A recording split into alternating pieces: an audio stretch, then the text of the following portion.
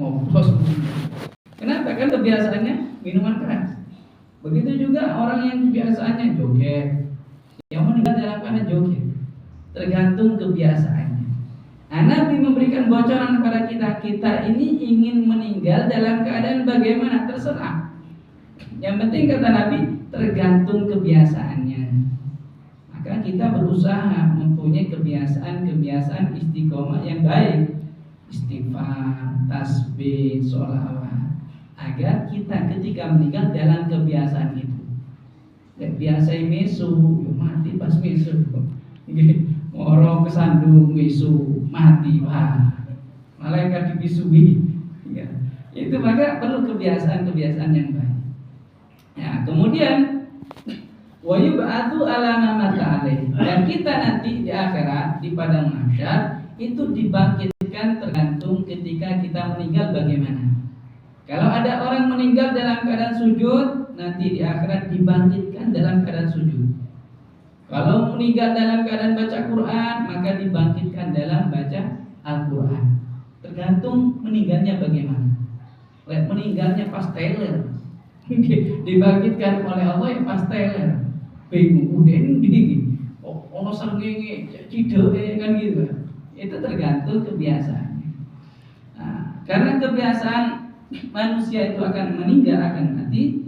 Maka bagi orang yang masih hidup, ketika mengetahui saudaranya, keluarganya, ataupun siapapun yang meninggal, ada adab-adab bagi orang yang mengetahui orang muslim yang lain meninggal. Apa saja adabnya? Kalau kita ada orang misalkan mau meninggal, adabnya misalkan ya sudah ada tanda-tanda dia akan meninggal. Salah satunya apa? Yaitu dibaringkan menghadap kiblat, seperti mayit dibaringkan kepala di sebelah utara, kemudian menghadap kiblat. Itu kalau memungkinkan.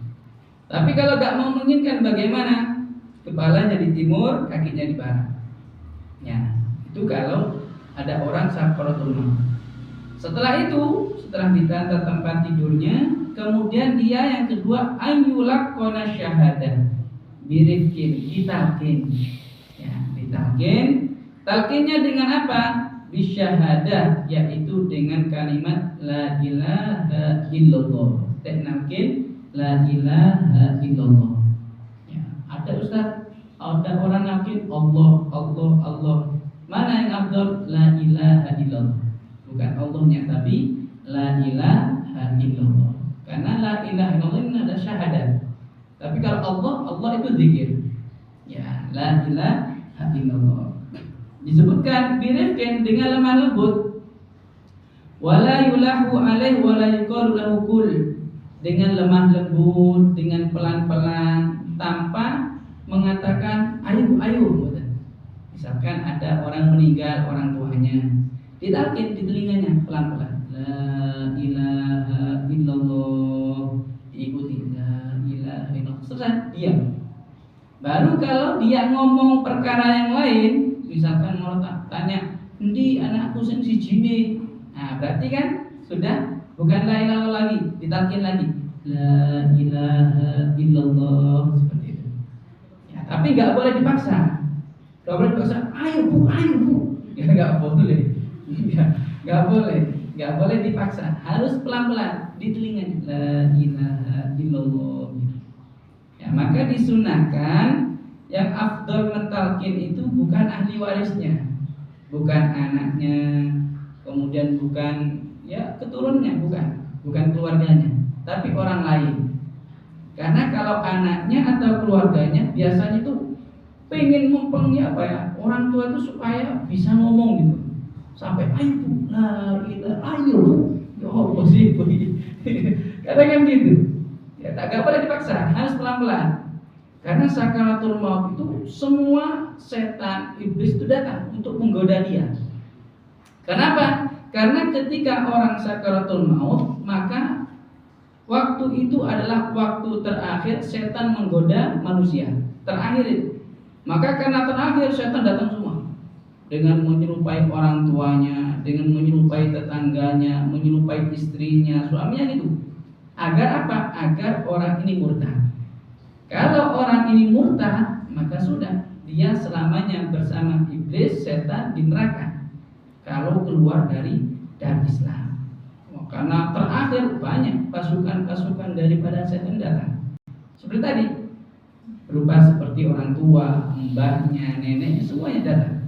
Ya, agar apa? Agar si mayit ini ikut pada iblis dan setan. Nah, maka apa?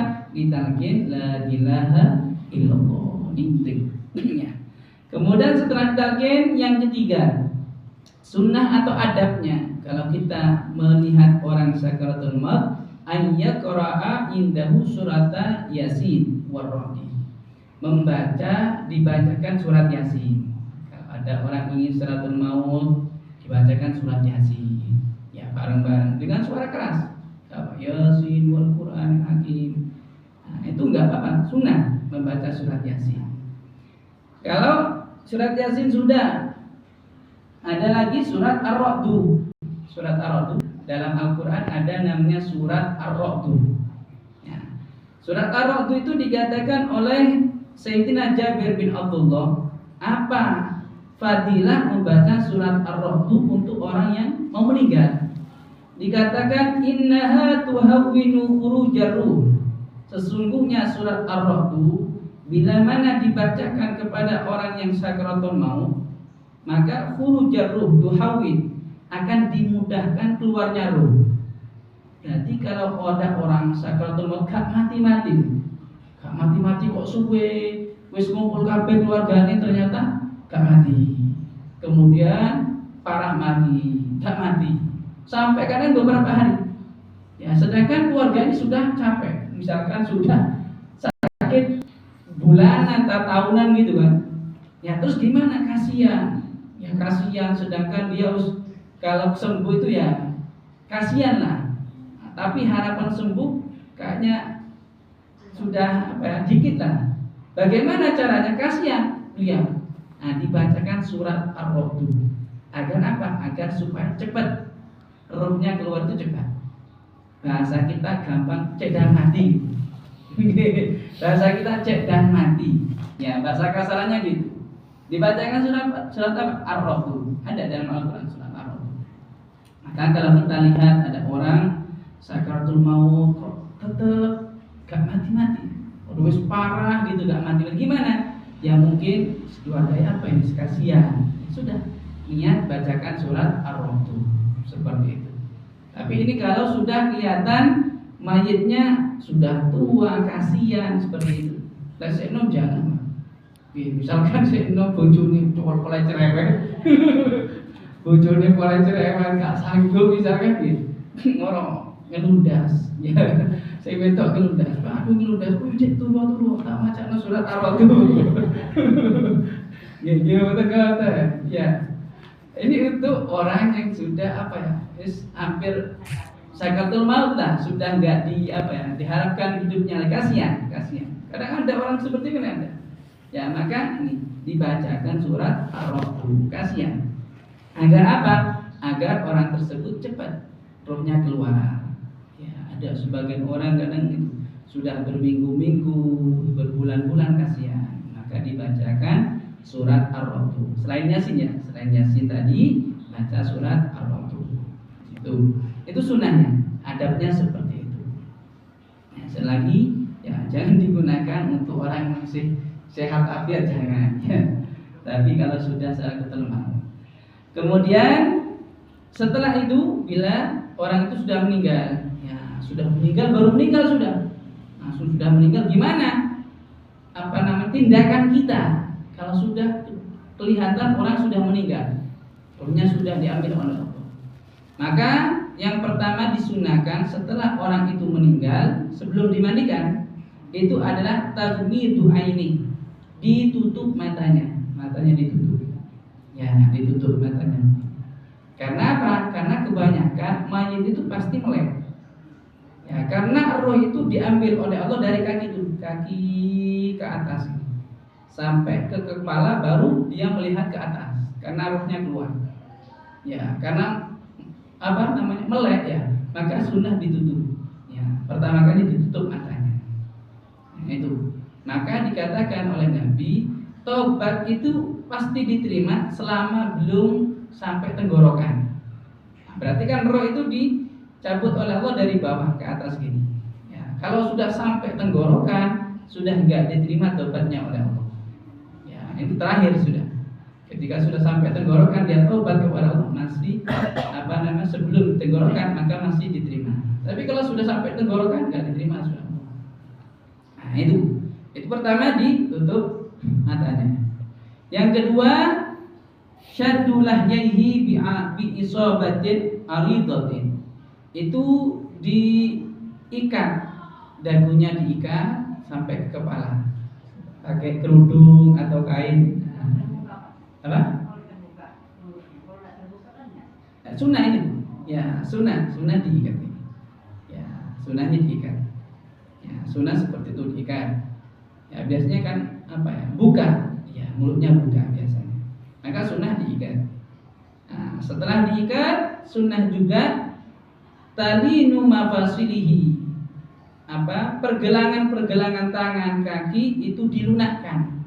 Dengan apa? Biduhnin, dengan minyak. Pakai minyak supaya pergelangan ini lunak. Nah, tidak kaku. Ya, tidak kaku karena mayit itu kalau sudah lama-lama kan kaku. Ya gini dok kan mayit itu. Ya seperti kita, itu kan bisa gini. Karena masih ada ruh dan masih peredaran darah kita jalan. Tapi kalau sudah gak ada ruhnya, sudah kaku. Ya, maka untuk melunakkan ini dikasih minyak, pergelangan dikasih minyak.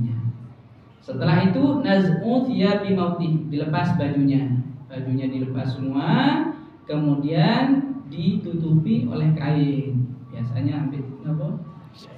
Sewek ya, biasa ambil sewek itu ditutupi. Setelah itu diletakkan di atas ranjang atau dipan gitu. Ya, kemudian kalau bisa dihadapkan ke arah kiblat. Diberikan ke arah kiblat. Kemudian diusahakan perutnya itu kalau di sini di kitabnya disebutkan diletakkan sesuatu yang berat di atas perutnya, ya, supaya kotoran-kotoran itu keluar. Ya, supaya kotoran-kotoran itu keluar. Ini biar nanti ketika memandikan itu sunnah diizinkan. Nanti keluar semua kotoran-kotoran. Nah, setelah itu maka didoakan. Ya, didoakan. Setelah didoakan, kemudian berikutnya adalah mempercepat tanggungannya. Yang punya tanggungan apa? Hutang, cepat dilunasi.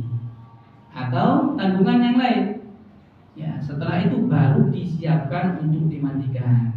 Ya, sudah disiapkan untuk dimandikan. Ini ketika kita melihat orang yang sakaratul maut seperti itu. Ya, tapi kan jarang. Ya, jarang. Kadang orang takut. Ya, sakit parah kayaknya nih pengen tadi mari dikuburkan jangan gitu kan. Karena takut. Tapi kalau keluarga kita usahakan. Maka pentingnya ilmu agama bagi anak kita itu apa sih? Adalah pentingnya itu untuk kita kalau sudah meninggal. Kita yang ngerawati anak kita.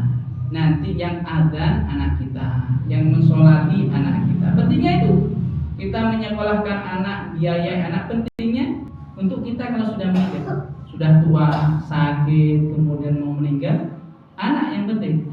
Ya, azan, yang azan dalam kubur anak kita. Solati kalau bisa yang imami anak kita. Paling tidak anak kita ikut mensolatin. Kalau anaknya sholat cewek semua ya mantunya bu. Mantunya harus cari mantu yang bisa ngaji nih. Ya, titel yang lain nggak guna. Ya, ini profesor, doktor, sholat mayat guys, sholat mayat guys, percuma. Ya, yang penting ini kita maka perlu didik anak kita ilmu agama, terutama ketika kita sudah meninggal. Jangan sampai azan orang lain gak ikut nyolati, eman-eman. Kasihan orang tua yang membiayai hidupnya sampai dia ngerti. Kalau nggak bisa nyolati lah percuma. Ketika kita butuh doa, butuh daripada kiriman pahala dari anak kita nggak bisa. Nah, eman-eman. Ya, itu pentingnya bagi kita berusaha mendidik anak kita kenal kepada ilmu ada.